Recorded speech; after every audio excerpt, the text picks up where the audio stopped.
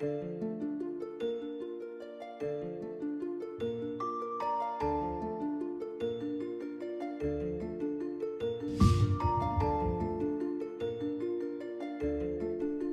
is difficult to say who do you the most mischief, enemies with the worst intentions, or friends with the best. But when you're 5 years old, friendship is not so complicated.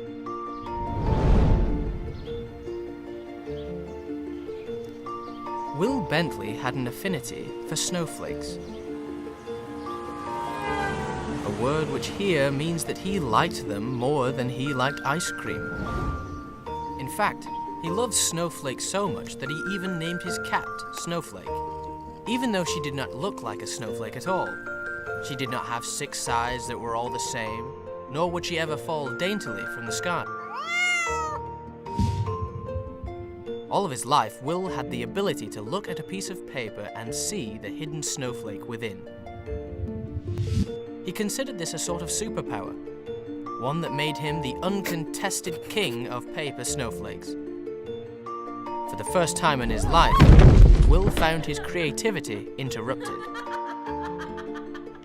Gina moved in only a week ago, but Will was quite sure he remembered it being nearly 100 years.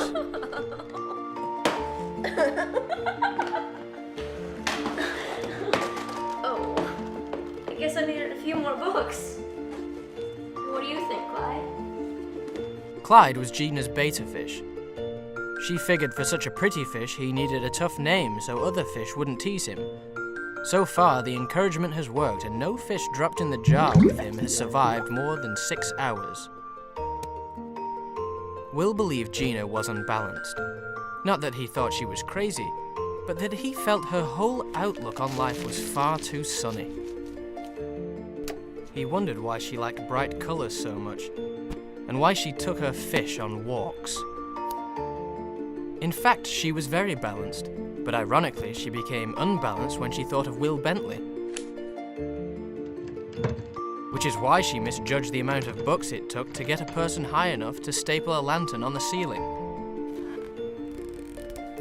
Gina was chaos. Oh!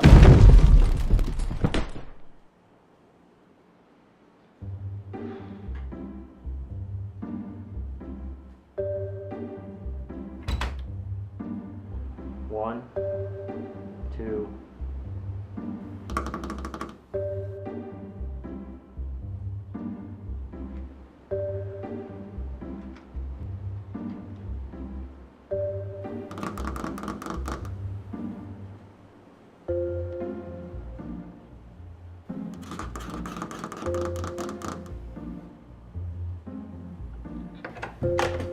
Hello, Gina.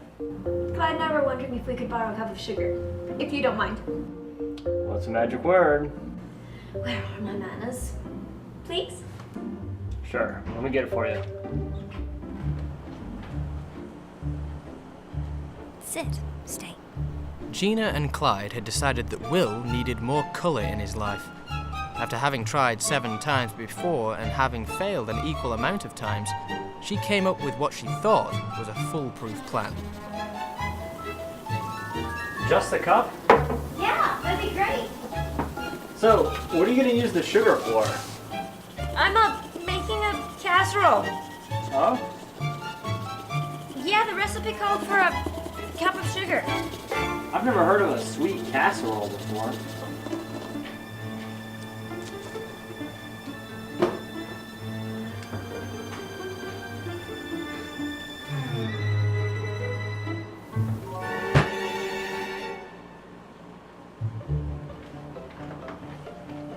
Here you go. Thanks. As Will handed her the cup, Gina was peering over his shoulder at the green side of a white snowflake. What is it? Oh, nothing. I was just admiring your blizzard. It's beautiful. Thanks. I consider it my own sort of winter wonderland.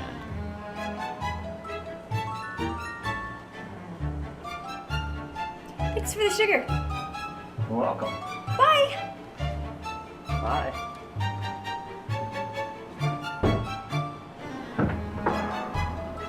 She said it was beautiful. Under the guise of needing to complete her casserole, Gina carried out the rest of her devious plan. Flour? Eggs? Just one stick of butter will do, thank you! Baking soda? How about some salt? Are you sure you want to put chocolate chips in a casserole? Will, who amiably supplied her with everything necessary to make chocolate chip cookies, was growing more and more suspicious with each knock at the door. Perhaps, he thought, she's making a chocolate chip casserole. Or, he asked himself, is she simply up to something? Somewhere between the butter and the baking soda, Will began to sense something was amiss. The world felt, for some inexplicable reason, green. And maybe a little yellow. Or was it red?